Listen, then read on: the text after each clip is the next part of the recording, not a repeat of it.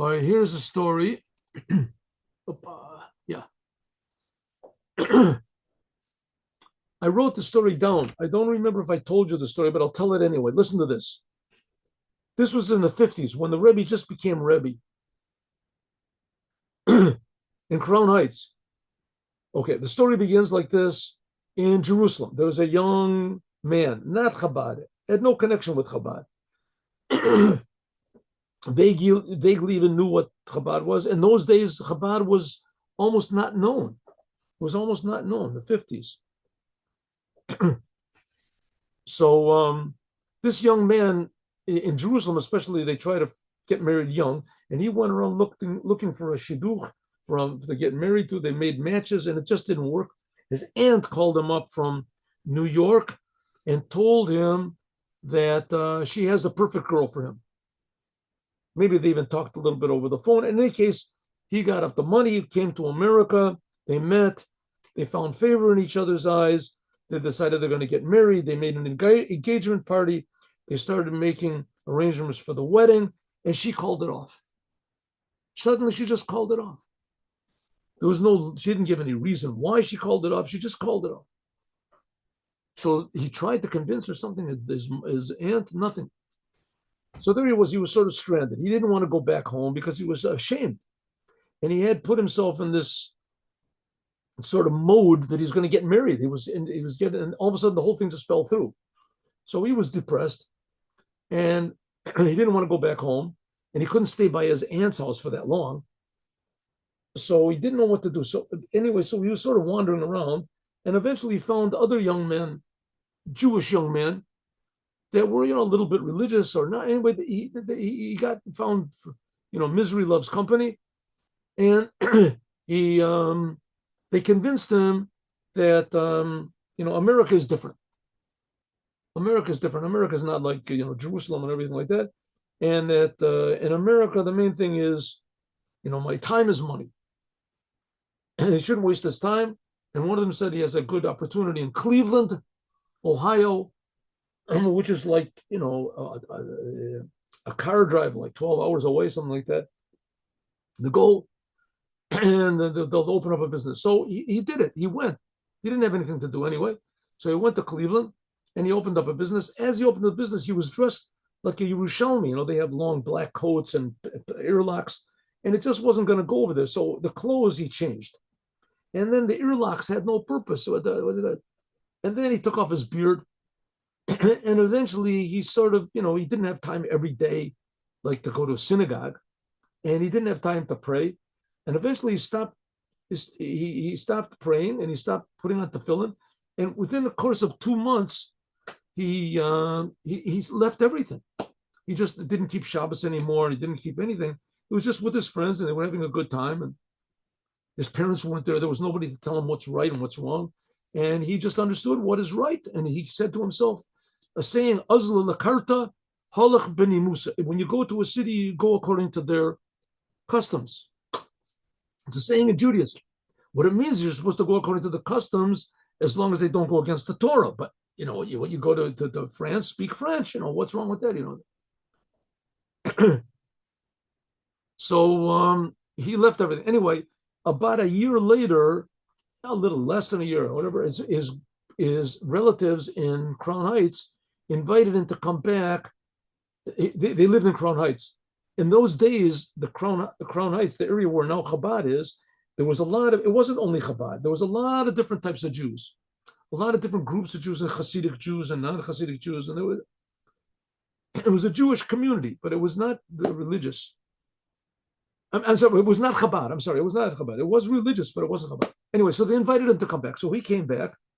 He went to their house, and he realized, he put on a kippah on his head. He had taken it off, put a kippah on his head. He knocked on the door, and they were very surprised to see him. He was dressed, modern, and he had no beard, no earlocks. But they didn't say anything. They didn't ask him, "Are you still keeping Shabbos?" They'd ask no questions. He didn't say any lies. They just PURIM. So he had the meal with them in the nighttime, and he went in the daytime. He heard the reading of the Megillah. He went with his uncle, and they had a nice meal. And after the meal, he just took a walk. And there was festivities in the streets, PURIM. And suddenly he saw some boys running. So he said, "Where are you running to?" They said, "Oh, come with us. The Lubavitcher Rebbe is going to speak. You'll really enjoy it. Come with us. It'll be fun." This is okay, fun. He's not against fun. So he goes to this some sort of a hall or something, maybe a synagogue, and he went in, and there was maybe 100 young men there, some old men there also. And they was sitting at this table. The Rebbe was sitting there. He was a young man in those days, and he and he and the Rebbe was speaking with in a microphone, and he was mingling around with these people. They offered him to drink, PURIM, you got to drink. He didn't like to drink. He wasn't a drinker. So that's it. He figured out, I'll leave. So all of a sudden the Rebbe started speaking, and he said that it says that the holiday of Purim is even higher than Yom Kippurim. Yom Kippurim. And it says, why is the holiday of Purim even greater than Yom Kippurim? How can it possibly be? Because it says that the spiritual revelations in Purim are so great and so happy that you won't feel the happiness of the other holidays, but Purim you'll always feel, and it's higher than all the other holidays, and does things that even Yom Kippur can't do. And he said, that's pretty interesting. It's pretty smart answer. And so he says, now I'm going to leave. So the Rebbe said, for instance, it could be that a young man comes to America from far away, and that he says to himself that America is different, and that time is money. And then he says that, and this young man is saying, well, that's what I said to myself. And then he says, Azlan Lakarta Halakhlin Musa. If you go to a city, to a place, you should go according to their customs. And then little by little, he leaves Torah and leaves commandments. Yom Kippur already went by, and it didn't have any effect on him. It comes Purim, as Purim will have an effect on him. So this young man says, I'm getting out of here. I'm getting out of here. I don't know what he's talking about. I'm getting out. But the Rebbe continues. It says, and it could even be that this young man comes from Jerusalem. That's where he came from, Jerusalem. Came from Jerusalem. And in Jerusalem, there's a law in the Megillah, in the reading of the Megillah, that if you live in a city that sees Jerusalem, but it's far away from Jerusalem, that's one law. Then there's another law where you're near to Jerusalem, but you don't see it. It says the same thing. It could be that this man, he sees, but he feels that he's far away.